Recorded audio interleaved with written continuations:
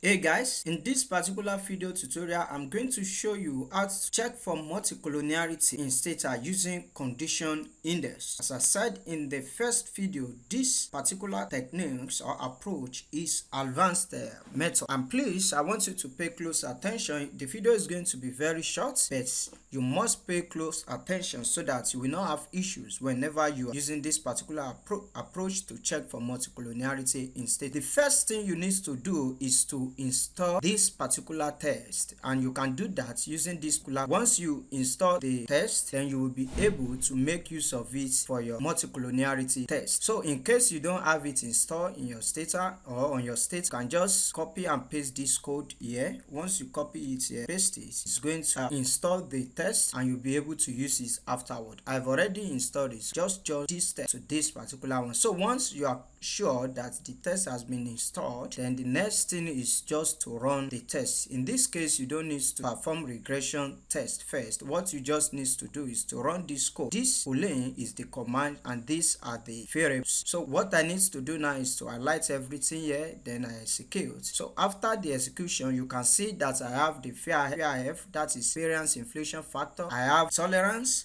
which I've shown you in the previous one. Also, I have the hidden value. I also have the condition index. I've explained this. I've also talked about R square in previous video. So our focus now is going to be on condition index. And look at the interpretation. It's very straightforward. Condition index that is greater than 30 shows that there is multicollinearity problem. And if you look at it here, you will see that the condition number is 44.140, and this shows that this particular model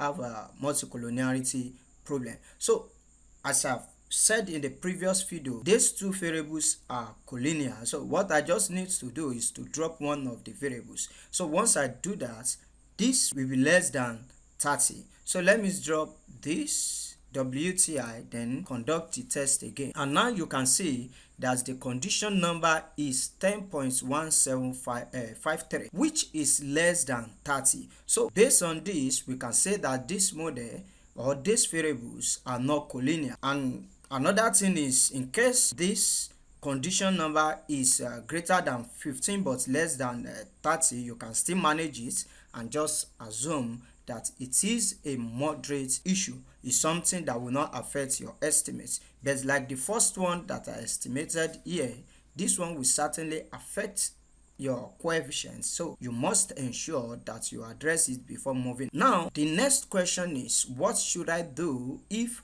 multicollinearity exists? As I've done here, you will see that I dropped one of the variables, Brent and WTI. Brent and WTI are measures of energy prices.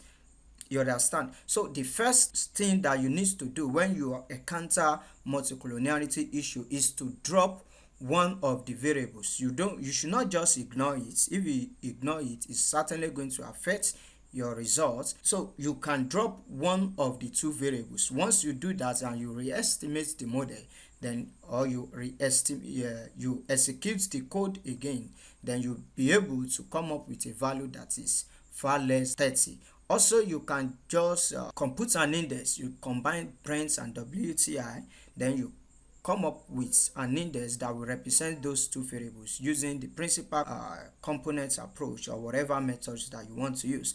You can also center the two variables, and this is just the formula. I've explained this in the first video. Please check the first video on multicollinearity. You will see the steps that are provided there, then you just need to follow it. Another thing you can do is to use alternative models. You can make use of rich regression.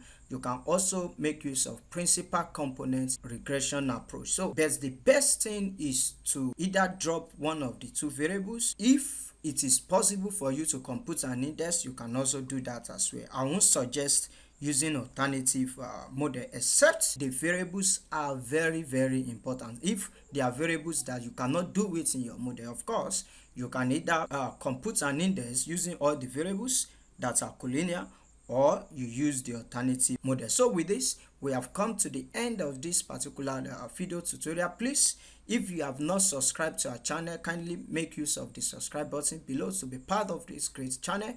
Also, like our video, share it with your colleagues and everyone that you believe will benefit from our channel.